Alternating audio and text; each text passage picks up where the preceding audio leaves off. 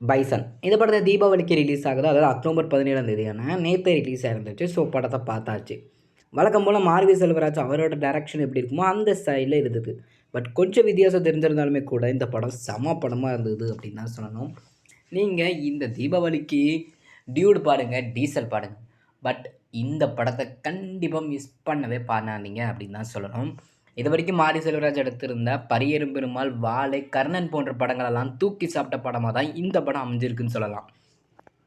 துருவ விக்ரமுக்கு இந்த ஒரு படம் ஒரு செம்மையான படமாக இருக்குது. தேட்டரில் பீஸ்ஃபுல்லாக ஜாலியாக என்ஜாய் பண்ணி போகிறதுக்கு இருக்க ஒரு படம், நல்ல படம் அப்படின்னு சொல்லலாம்.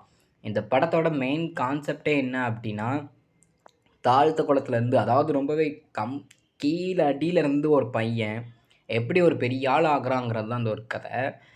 தான் ஊருக்கு கூட கபடி பிளேயராக மாற முடியாத பையன் தன்னோட நாட்டுக்கே கபடி பிளேயராக மாறினா அப்படிங்கிற அளவுக்கு இந்த படத்தை சூப்பராக டைரக்ட் பண்ணியிருக்காரு மாரி செல்வராஜ் அவர்கள்.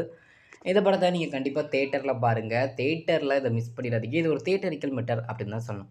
அப்புறம் அந்த படம் ஓடிடியில் வந்த பிறகு இந்த படத்தை தேட்டரில் மிஸ் பண்ணிட்டோமே அப்படின்னு நீங்கள் சொல்லக்கூடாதுன்னு தான் நான் தேட்டரில் பாருங்கள் அப்படின்னு இப்போ சொல்கிறேன். ஸோ இந்த படம் எனக்கு ரொம்பவே பிடிச்சிருந்துச்சு. உங்களுக்கு படத்தை பார்த்துருந்தீங்கன்னா எப்படி இருக்குது அப்படின்னு சொல்லுங்கள். அப்புறம் படத்தை பார்க்கலனாலும் பாருங்கள், நல்லா இருக்குது. வீடியோ முடிஞ்சு.